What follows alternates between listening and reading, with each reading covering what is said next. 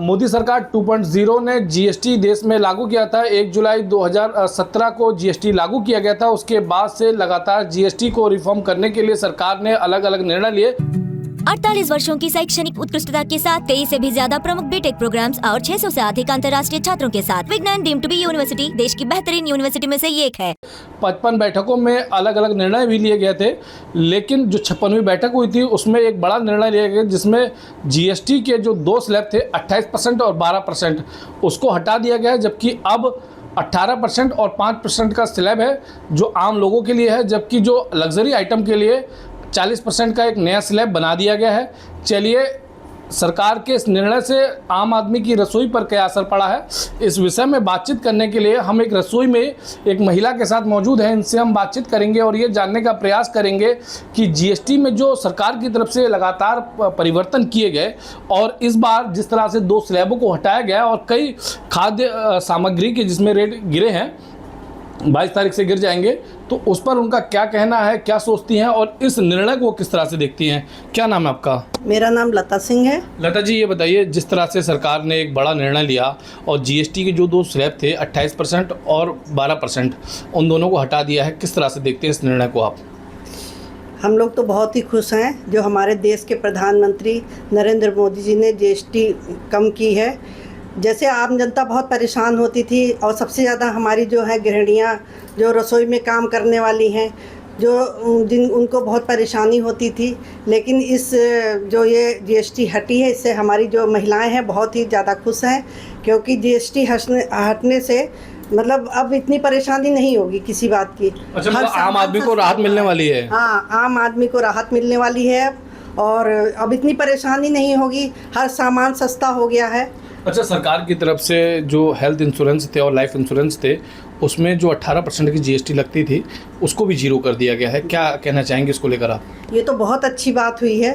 जो महिलाएं या पुरुष या जो भी बीमार, देखिए बड़े लोगों पे तो कोई फ़र्क नहीं पड़ता है, लेकिन जो हमारी गरीब जनता है वो दवाइयाँ जो लेने जाती थी बहुत महंगी दवाइयाँ थी, तो इससे जो जनता पे बहुत अच्छा प्रभाव पड़ा है कि अब आम आदमी है जो वो अपनी आराम से अपना इलाज करवा सकेगा, अच्छे से दवाई ले सकेगा, क्योंकि अब उसकी जेब खर्च पे डिपेंड अच्छा हो जाएगा ना, कि अब वो इतनी, जैसे पहले बहुत महंगी दवाई थी तो सोचना भी पड़ता था। जो मज़दूर थे, वो जो खेतों में काम करने वाले थे, उनके बच्चे बीमार हो जाते थे, महिलाएं बीमार हो जाती थी, तो दवाई वगैरह लाने में बहुत परेशानी पड़ती थी, तो उनको बहुत ही राहत मिली है इस चीज़ से। तो आपने सुना कि हमारे साथ बातचीत करने के लिए महिला थी, इन्होंने कहा कि खाद्य सामग्री के साथ साथ जो सरकार की तरफ से कई औषधियों के रेटों को गिराया गया है उससे कहीं ना कहीं जो आम जनता है उसे सीधे तौर पर लाभ मिलने वाला है। चलिए, हमारे साथ बातचीत करने के लिए कुछ और महिलाएं हैं, मैं अपने कैमरामैन से कहूँगा एक बार दिखा दें। तमाम महिलाएँ हमारे साथ बातचीत करने के लिए हैं, इन लोगों से भी बातचीत करेंगे और जानेंगे कि इस निर्णय को ये किस तरह से देखती हैं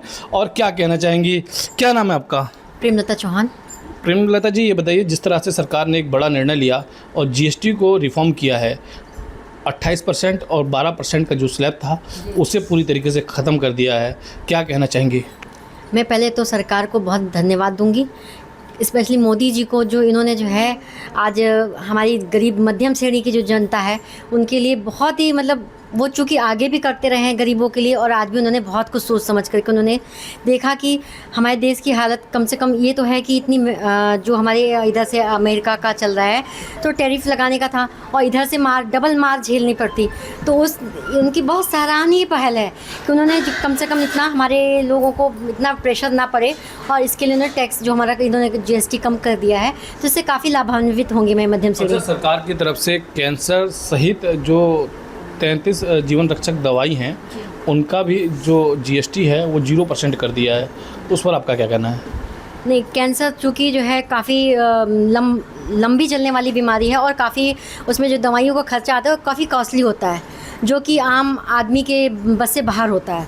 तो इस विषय में कम से कम ये तो उन्होंने सोचा ना कि हाँ, एक महंगी दवाई है तो उसको कम किया जाए जिससे लोगों के हित में हो सके। अच्छा, आप गृहिणी हैं, रसोई चलाती हैं, तो आपकी जेब पर किस तरह का असर पड़ने वाला है, क्या लगता है आपको? उन्होंने अभी हमारे किचन पे उन्होंने इतना ज़्यादा सपोर्ट किया है कि जितनी हमारी किचन से रिलेटेड जितनी बर्तन हो गया आपका और किचन का जो सामग्री हो गया और जितनी भी चीज़ें उस पर उन्होंने GST बिल्कुल कहाँ 18% से हमारा सीधा 5% पे लाके कर दिया, तो बहुत बड़ी बात है ये। चलिए कुछ और लोग हैं, उन लोगों से भी बातचीत कर लेते हैं और जानेंगे उनका क्या कहना है। क्या नाम है आपका? मैं रेणुका चौधरी। रेणुका जी, बताइए, जिस तरह से सरकार की तरफ से एक निर्णय लिया गया और GST को पूरी तरीके से रिफॉर्म किया गया है, 2 स्लैब जो 28% और 12% के थे उन्हें हटा दिया गया है, क्या कहना चाहेंगे?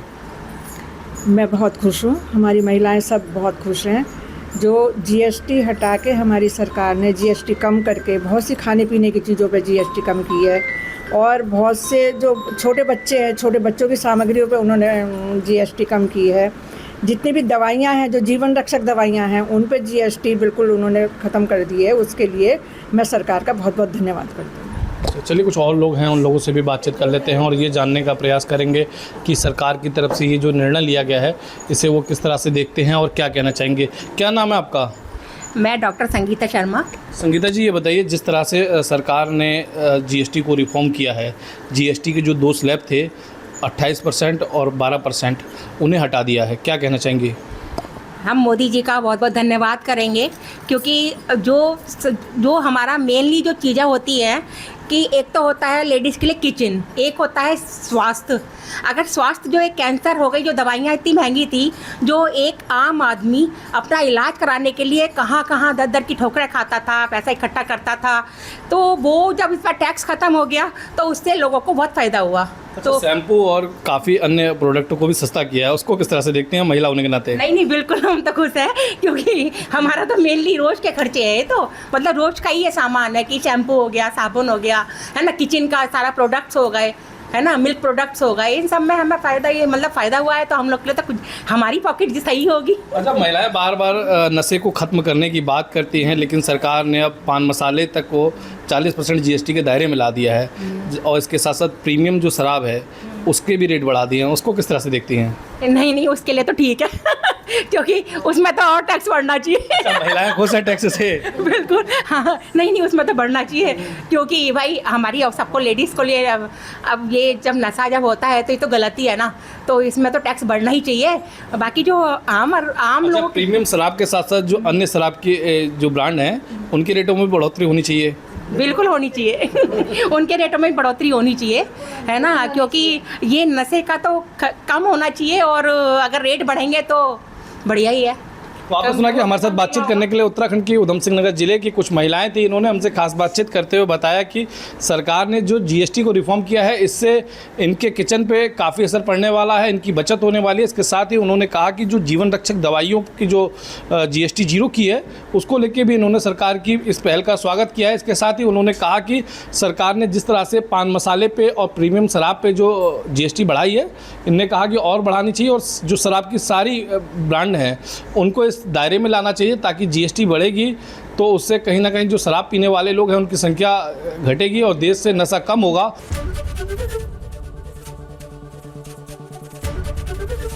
ABP गंगा, खबर आपकी, जुबान आपकी।